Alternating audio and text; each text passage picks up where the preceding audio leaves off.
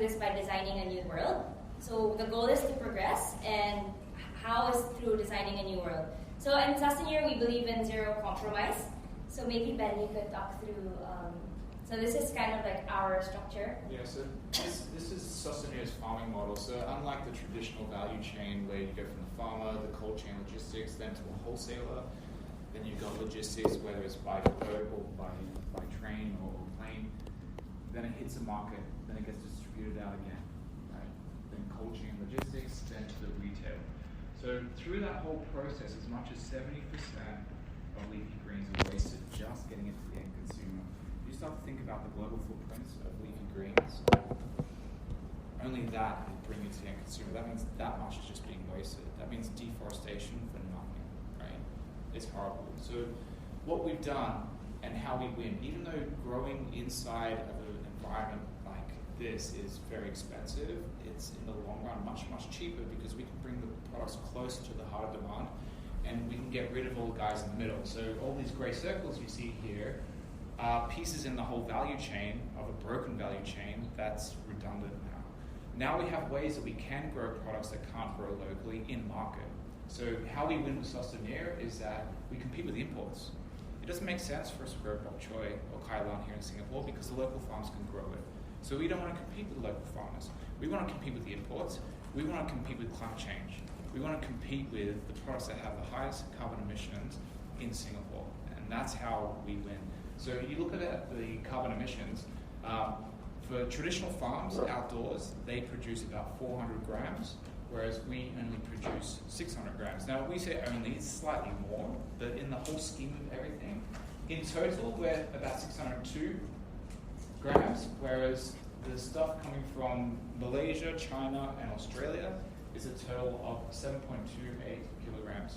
So we're just a fraction of the carbon emission, fraction. And we can still run a profitable model, so it doesn't mean that running a good business has to compromise by the sustainability filters. You can do good and also run a good business. So next is we want to make sustainability convenient for everyone. So how do we do this is we grow, as Ben mentioned, we grow imported produce with a degree of customization.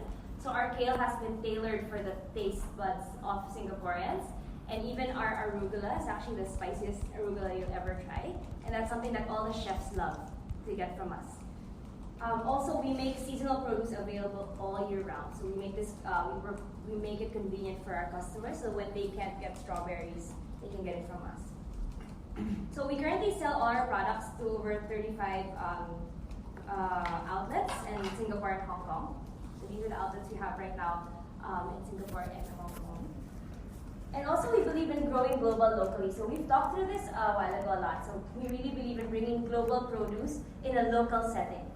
And that's how, that's why we have expanded to Hong Kong. So we recently announced in the Business Times our expansion in Hong Kong. And as Ben mentioned, we plan to expand even more throughout the coming years to even more markets. All markets. Where? Well, first of all, will be Asia Pacific. So we're looking at Shanghai, Jakarta, Taipei, and KL for like immediate plans, but it doesn't stop there. We want to have a global ubiquitous brand where in every major city across the world, Susenir is growing local produce, global local produce. Yes. So we also want to innovate to create better farming systems. So again, I mentioned earlier, we are opening a second farm in Singapore, so a bigger second farm, possibly by next year, and we will have even more innovations open by then. So the whole robotics will be something that will be making headlines next year. The main mantra of Susenir is always improving, never standing still. Even though we are growing great produce today and we're growing it very efficiently, we are always looking at what is the next step for us, what's the next improvement that can help to reduce down those costs. How can I get cost parity with the lettuce or bok choy from Malaysia? Obviously, we have a big ambition here in Singapore, which is to get to 30/30. We have limitations based on the space. We're only using 1% of the total land for farming, right? So there will become a point where Susenir will need to grow those products like bok choy, kai lan, because the outdoor farmers can no longer produce food to meet demand. So we are always working to get cost parity with outdoor farmers. That way we can bring greater value to the community on price point as well as the nutrition of the plant. So since so we started out 2013, 2013, and we are where we are right now. And as Ben always says, move fast and break things is a thing of the past. We actually needed a lot of time to really perfect our produce, so we can proudly say that we have perfected kale. And it took years to perfect kale, but we always believe that we don't want easy. So easy and fast is at the expense of our future. We need to work harder together. And this is why, whenever we release certain technology or whenever we do our robotics, we have to make sure that it's 100% at the best level. And we take time to kind of make sure that we're at that point when we release that. So yeah, so this is just, we released a campaign recently. So people ask us, okay, great, your product is awesome. So how can I be part of this? How can I be a force for change? And right now, a lot of people say, we need to save the world, but what can I really do? I can watch all of Greta's videos, I can like all of her videos, share it to everyone, but what's an action that I can really take to help in this problem? So making the right choice is obvious, yet many of us don't do it. We don't feel capable of making these big changes. Whenever we see, you have to eliminate all of this from your life right now, we get intimidated and we take a step back and we're just like, maybe not. I'm not that type of person anyway. So, but we do believe that there is goodness in all of us. And we can actually do a lot by simply choosing good.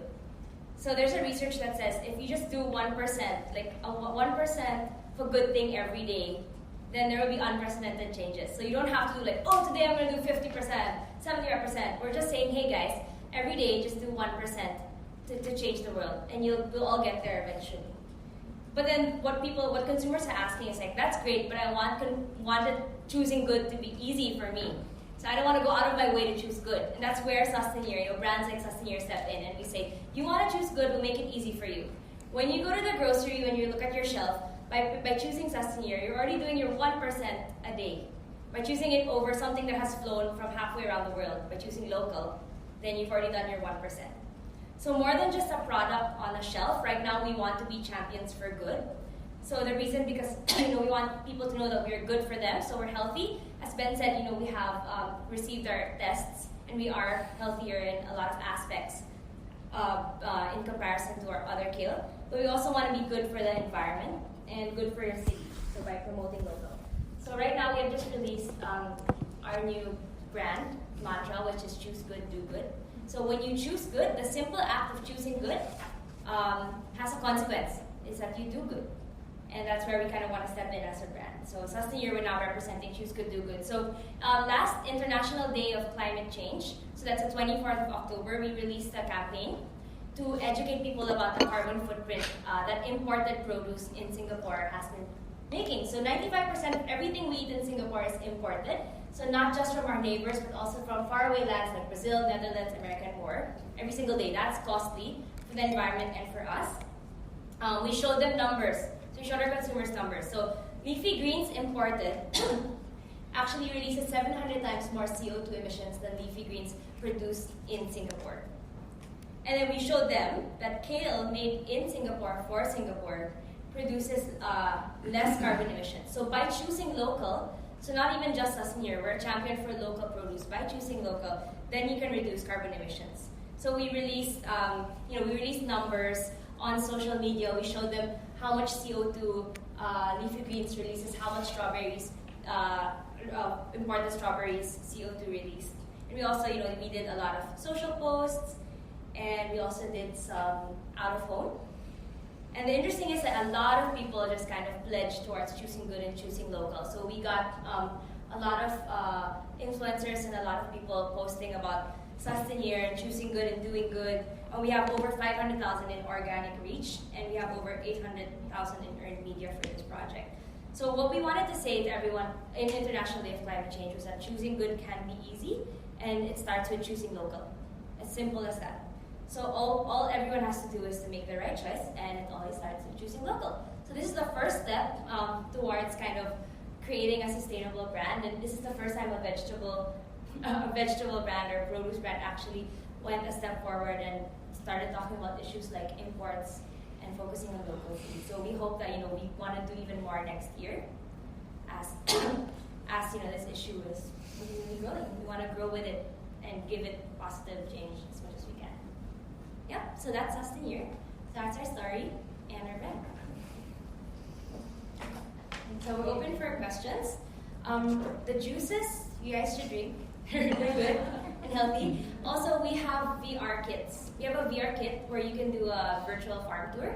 So we have 360, kind of you get to see our farm from seeding stage all the way to packing. So it's right there with Sherilyn, our marketing manager at the back. And Ben is here for questions. Yes, any questions? Well, thanks very much. The thing that I wonder about is when you start to go vertical, as you know, in any room, the temperature changes quite drastically as you get sort of higher up the stacks. How do you harmonize the speed, the growing speeds of each stack? With very good airflow. So the HVAC systems integrated with good sensors around the room. In the past, it didn't exist. That's why I had to actually create a system which we call SARA, which is Susenir's agricultural real-time system. What it does is it monitors the room in totality from the water flow and water temperature through to the air and humidity in space. So everything within one of the rooms, we have like up to about 16 different data points that we're collecting information, and then Sarah's giving instructions to different pieces of technology to make sure that the heat is being dispersed. To your point, even though we're using LED lights, as you get higher up the racking system, that heat rises up. So it's compiling as it gets higher and higher through the stacks. So we need to make sure that we have better airflow at the top than to the bottom. But we also do have modulating vents that if the bottom does get hot for some reason, it can actually readjust systematically. So it's very nice juice. So I just wonder how much is the juice in the retail market, and what's the price premium than the traditional juice? It's about $5 $5. right now, which is on par with all the other juices that are in the market. Yeah, all the fresh juices are about $4 to $5 in range. The range is $4 to $5. So we're actually in The same the price? same price range. range. Yeah. You take out kale, for example, and not discounting the fact that 40% of most of the produce in shelf today gets thrown away with outdoor farms because the stalks are so fibrous you can't use them. But we are as much as 20% cheaper than a lot of the imports that are coming from the States and so forth. So we are cheaper than the imports. But then when you go gram to gram on usable leaf, because we sell whole leaf, not leaf plus stalk, we're actually as much as 60% cheaper than the imports. You mentioned the Shanghai and Hong Kong, so I just wonder what's your overseas expansion plan? Yeah, would you like to tap into the Chinese market? Shanghai is on the plan for us in Yeah, the when next do you upcoming. enter this market? Timetable? Within the next 18 months. In Within the that- next 18 months. Easy. And a quick note about the, what you're doing in terms of packaging solutions. Plastic. Yeah.